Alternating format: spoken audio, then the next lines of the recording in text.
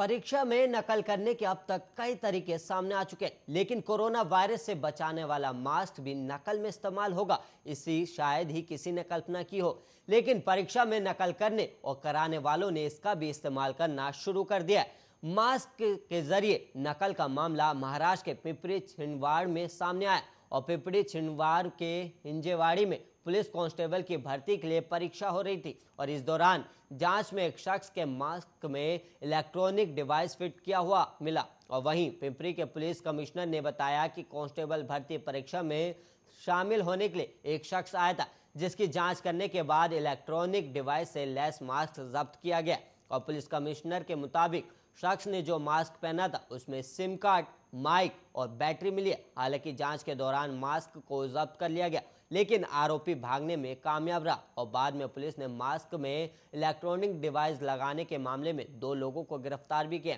और जिन्हें 3 दिनों की पुलिस कस्टडी में भेज दिया गया है।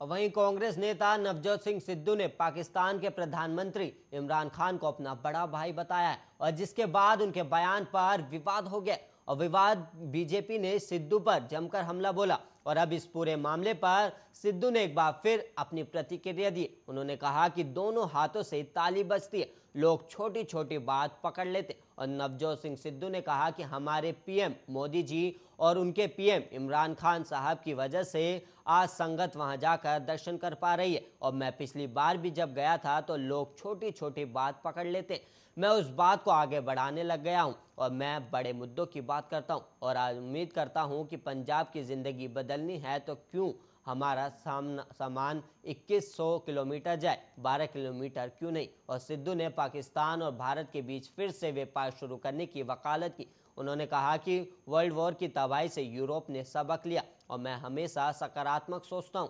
पंजाब की किस्मत बदलनी है तो बड़े फैसले लेने होंगे, आर्थिक खुशहाली आनी चाहिए, व्यापार के रास्ते खुलने चाहिए। और सिद्धू ने कहा कि हमारे कल्चर का एक है और हमारी जुबान भी एक है और हम एक तरह के कपड़े पहनते, ये बात आगे बढ़नी चाहिए। और मैं तो आज भी कहता हूं कि पिछली बार जब करतारपुर कॉरिडोर गया तो बोला कि इसको खोल दो। उन्होंने कहा कि मैंने वहां भी कहा कि जो भी मंदिर है उनको भी खोलने जाने दो और जत्थे को और अपने बाप के दर पर क्यों नहीं जाने देते। और पंजाब कांग्रेस प्रमुख नवजोत सिंह सिद्धू ने पाकिस्तान के प्रधानमंत्री इमरान खान को अपना बड़ा भाई कहकर संबोधित किया और उन्होंने पाकिस्तान में करतारपुर परियोजना के सीईओ के साथ बातचीत के दौरान ये बयान दिया था और वो पंजाब के कई कैबिनेट मंत्रियों के साथ करतारपुर साहिब गुरुद्वारे में मत्था टेकने के लिए करतारपुर में थे। और सिद्धू ने यह भी कहा कि उन्हें पाकिस्तान के प्रधानमंत्री से बहुत प्यार है।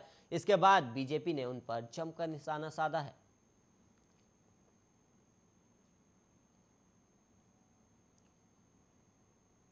कृषि कानूनों की वापसी पर जेडीयू नेता केसी त्यागी ने सरकार के इस फैसले का स्वागत करते हुए कहा कि ये किसी की जीत या हार नहीं है, ये किसानों आंदोलनों और किसान संगठनों की एकता की जीत है।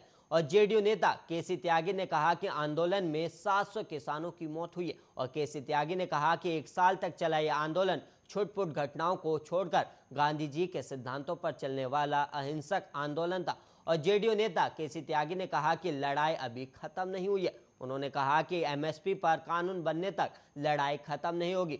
और वहीं केसी त्यागी मेरठ की आशियाना कॉलोनी में एक बुनकर सम्मेलन में बतौर मुख्य अतिथि पहुंचे थे और इसी दौरान उन्होंने कहा कि ये किसान संगठनों की जीत है। उन्होंने कहा कि सरकार एमएसपी कानून बनाने की दिशा में ठोस कदम उठाए। और वहीं आगामी यूपी विधानसभा चुनाव की लेकर जेडीयू नेता केसी त्यागी ने कहा कि उनकी पार्टी यूपीए में एनडीए के साथ चुनाव लड़ने की कोशिश कर रही और इसी दिशा में बातचीत भी चल रही। केसी त्यागी ने कहा कि अगर बात नहीं बनी तो जेडीयू समिति सीटों पर अपने बलबूते चुनाव लड़ेगी। और वहीं जेडीयू नेता केसी त्यागी ने लखीमपुर खीरी कांड पर कहा कि जिस तरह से मंत्री के बेटे ने किसानों पर गाड़ी चढ़ाकर उन्हें रोकने का काम किया वो निंदनीय है। और उन्होंने कहा कि लखीमपुर खीरी की घटना से पहले जिस तरह मंत्री ने बयानबाजी की वो भी गलत था और किसानों की मांग है कि मंत्री की बर्खास्त होना चाहिए।